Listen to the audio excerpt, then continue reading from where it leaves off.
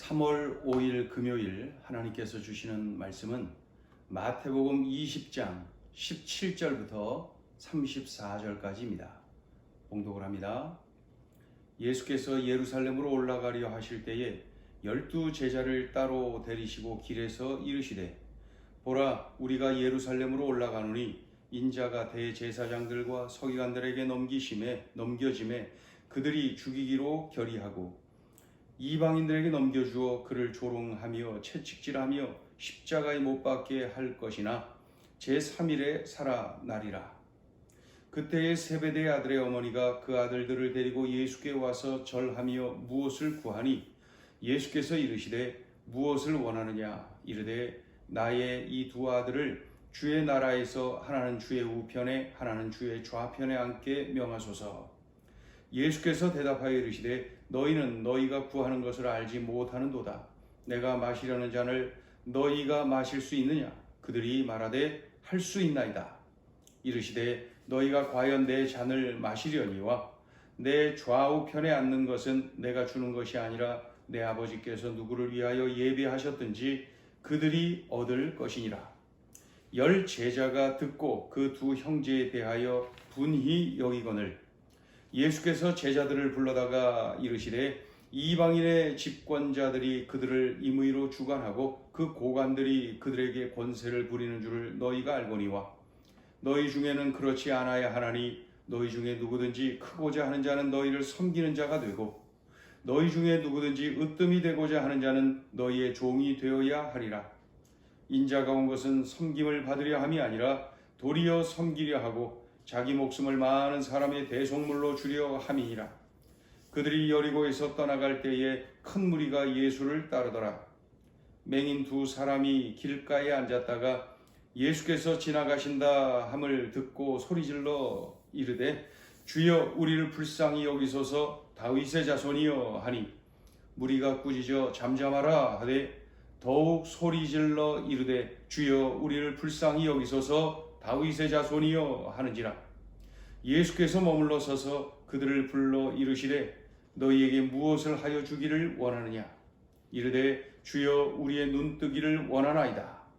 예수께서 불쌍히 여기사 그들의 눈을 만지시니 곧 보게 되어 그들이 예수를 따르니라. 아멘. 예수께서 제자들과 함께 예루살렘으로 올라가십니다. 예수께서 십자가에 못 박히실 것과 그리고 죽으시고 3일 후에 부활하실 것을 제자들에게 말씀을 하십니다. 이 내용을 말씀하신 것은 벌써 세 번째입니다. 근데 눈에 띄는 것은 우리가 그동안 2번 말씀하신 것을 봤는데 그때보다 훨씬 구체적입니다. 18절을 보시면은 보라 우리가 예루살렘으로 올라가노니 인자가 대제사장들과 서기관들에게 넘겨짐에 그들이 죽이기로 결의하고 유대인 지도자들이 결의를 합니다. 죽이기로. 그리고 19절 이방인들에게 넘겨주어 로마 정권에 넘겨지는 거죠. 그렇게 되어서 어떻게 해요? 그 다음에는 예수님을 조롱하며 채찍질하며 십자가에 못 박게 할 것입니다. 그 다음에 제3일에 살아나리라. 무척 구체적으로 말씀을 하셨죠.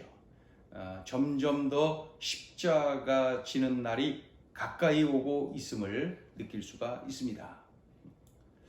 예수님이 이와 같이 십자가의 고난과 죽으심 그리고 부활을 말씀하시는 아주 진지한 그런 상황에서 세베대의 두 아들들의 어머니, 세베대의 아들들 하면 야고보와 요한이죠. 그 야고보 요한의 어머니가 두 아들을 이렇게 대동해서 예수님께 바짝 가까이 가서 간청을 합니다. 21절을 보면은 예수께서 이르시되 무엇을 원하느냐 그랬더니 뭐라 그래요? 나의 이 두 아들을 주의 나라에서 하나는 주의 우편에 하나는 주의 좌편에 앉게 명하소서. 이렇게 간청을 하지요. 예수께서 로마 정권을 물리치고 새로운 정치적인 왕으로 등극하시리라 믿고 있었던 거예요. 그때에 예수님 다음으로 높은 자리에 두 아들 야고보와 요한을 좀 앉혀주십시오. 이렇게 간청을 하는 거죠. 예. 높은 자리에 앉게 해달라 이거예요. 그저 어머니가 와서 그냥 자식들을 위해서 그렇게 한마디 하나보다라고 여겨지지가 않아요. 왜냐하면 본문을 자세히 보면은 이 두 아들 야고보와 요한의 바람이 그대로 담겨 있구나 하는 것을 알 수가 있어요. 그러니 예수께서 질문하시죠. 22절에 예수께서 대답하여 이르시되 너희는, 여기서 너희는 이럴 때 어머니가 말은 했지만 너희는 두 아들들 야고보와 요한에게 말씀하시는 거예요. 야고보와 요한 너희는 너희가 구하는 것을 알지 못하는도다. 내가 마시려는 잔을 너희가 마실 수 있느냐? 그랬더니 그들이 뭐라 그래요? 그들이 말하되 할 수 있나이다. 이렇게 말합니다. 여기서 내가 마시려는 잔을 너희가 마실 수 있겠느냐? 내가 마시려는 잔, 성경에서 잔이라고 하면 말이죠. 영광을 의미할 때가 있고 환난을 의미할 때가 있습니다. 왕이 하사하는 잔, 영광의 잔이지요. 그런데 하나님이 내리시는 잔, 바로 우리 주님이 언급하시는 이 잔은 진노를 의미합니다. 진노의 잔, 즉 인류 구원을 위해서 마셔야만 하는 하나님의 진노의 잔, 곧 십자가의 고난, 십자가의 순환을 염두에 두신 말씀인 것을 우리가 알 수가 있지요. 그런데 이 두 형제 야고보와 요한이 대답을 하죠. 22절을 보면은 맨 마지막에 뭐라 그래요? 할 수 있나이다. 내가 마시려는 잔을 너희가 마실 수 있느냐? 그랬더니 할 수 있나이다. 그 잔을 마실 수 있습니다.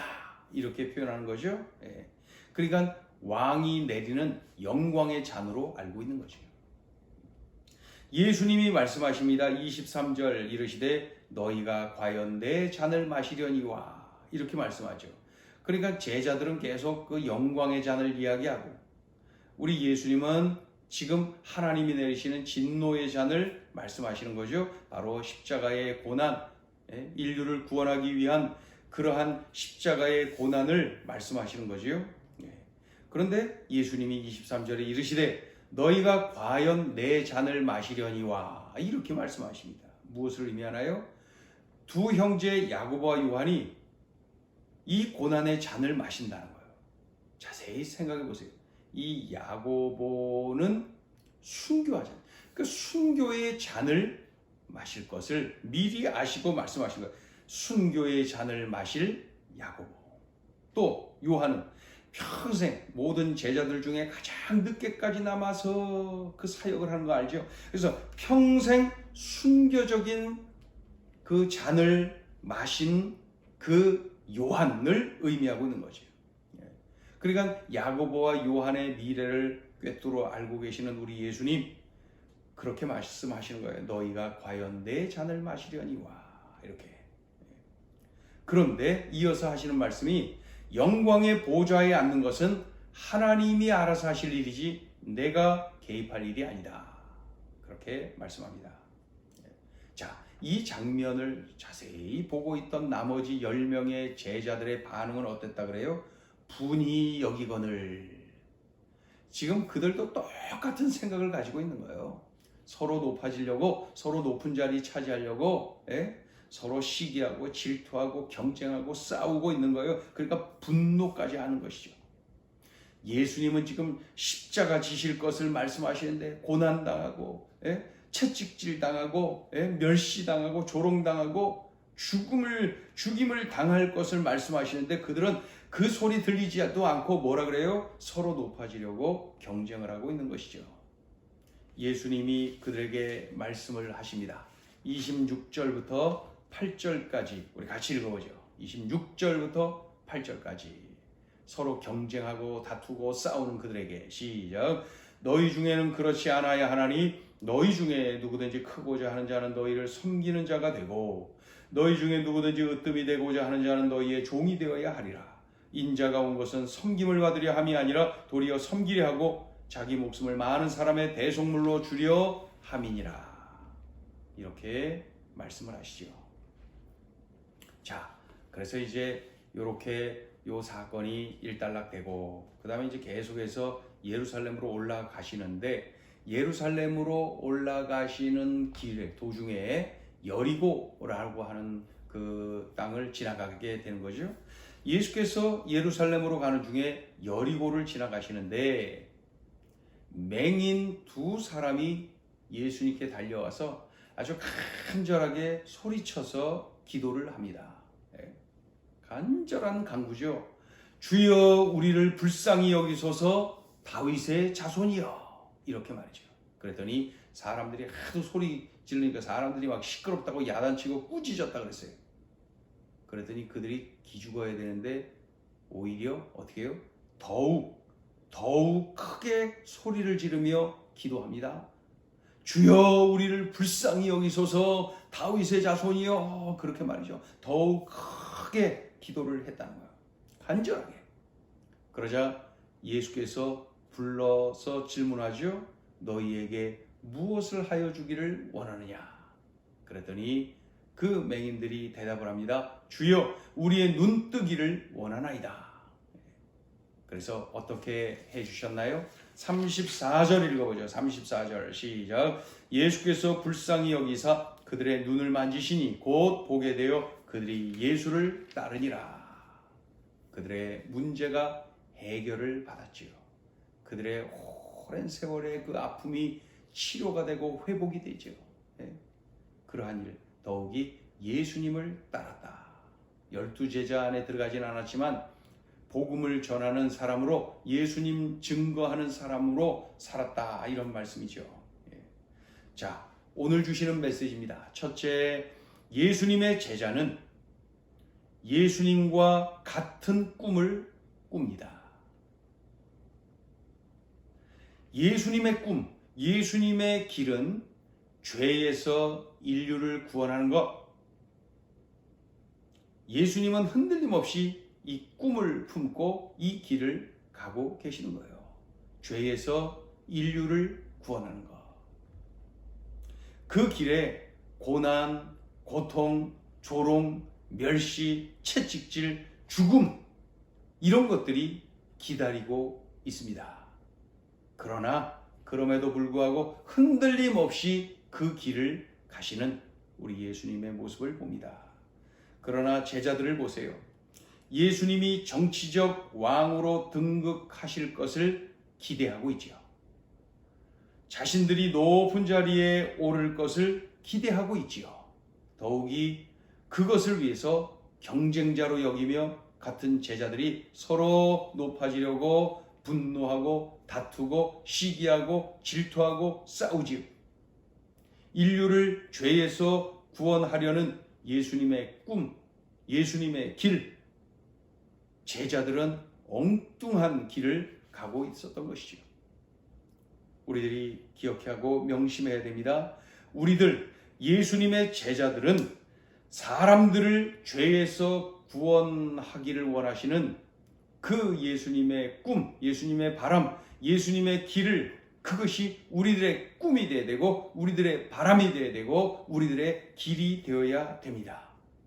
그래서 우리 예수님 승천하시면서 또 우리들에게 그 예수님의 소원을 주시고 우리들이 꿈으로 품고 살아가기를 원하셨잖아요.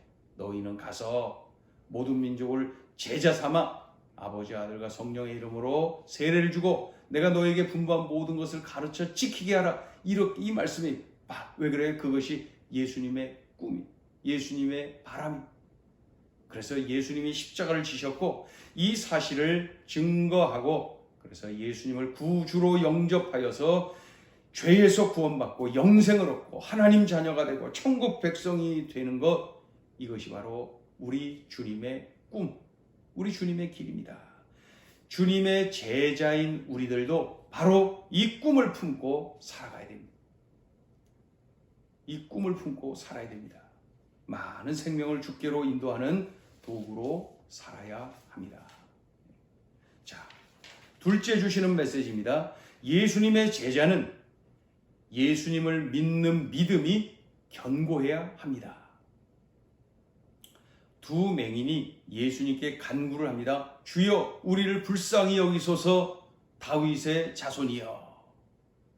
그 당시에 모든 사람들은 다들 알고 있는 예언이 하나 있었는데 그 예언이 이거예요. 다윗의 자손에서 메시아가 날 것이다. 다윗의 씨에서 구세주가 날 것이다. 그런데 이 두 맹인이 예수님을 향하여 다윗의 자손이여, 예수님을 메시아로 고백하고 있는 거예요. 예수님을 자신들을 구원해 주실 구세주로, 구원자로 이렇게 인정하고 살려달라고 외치고 있는 것이죠. 예수님, 당신이 메시아입니다. 예수님, 당신이 나를 구원해 주실 유일하신 구원자이십니다. 이렇게 믿음으로 고백하고 있는 거예요. 바로 이 믿음, 예수님의 제자는 무엇보다도 이 믿음이 견고해야 됩니다. 예수님이 유일한 구원자입니다. 예수님은 분명한 메시아입니다. 이 믿음을 흔들림 없이 붙잡아야 됩니다. 또 한 가지는 이 두 맹인을 보니까 더욱 소리질러, 사람들이 방해하고 시끄럽다고 그러고 꾸짖고 그럴 때도 더욱 소리질러서 우리 주여 우리를 불쌍히 여기소서 다윗의 자손이여, 그렇게 외치는 것을 볼 수가 있습니다. 무엇을 의미해요? 더욱 소리질러, 예수님께 아뢰기만 하면은 책임져 주신다. 이 믿음이 있었어요. 더욱 소리질러 예수님께 맡기기만 하면은 놀라운 은혜를 입는다. 우리 주님이 책임져 주신다, 고쳐 주신다. 이 믿음을 가지고 있는 거예요. 결국 그 믿음 때문에 응답을 받았지요. 예수님을 따르는 그러한 제자로의 삶을 살지요. 믿음이 그렇게 만들었어요. 오늘 본문에는 기록되어 있지 않지만 마가복음 10장에 보면은 그 맹인이 이렇게 치료를 받는데 뭐라고 되어 있냐면은 믿음 좋다고 칭찬을 받는 것을 볼 수 있어요. 예수님이 친히 말씀하시길 내 믿음이 너를 구원하였느니라 하면서 그 시로 눈을 떴다. 그리고 예수님을 따랐다. 그러니까 믿음 좋다고 칭찬받은 거예요. 예수님의 제자는 예수님을 믿는 믿음이 견고해야 됩니다. 지금 예루살렘 십자가를 향하여서 예루살렘으로 향하는 우리 예수님의 발자국에서 말이죠. 같이 따르고 있는 제자들은 서로 높아지려고 그냥 다투고 있는 그때에 우리 예수님을 만나고 있는 두 맹인을 통하여서 이 제자들이 깨닫는 것 아닙니까? 믿음. 제자는 예수님과 같은 꿈을 꾸는 거야. 제자는 예수님을 믿되 철저한 믿음을 가져야 되는 거야. 예수님이 구세주예요. 메시아예요.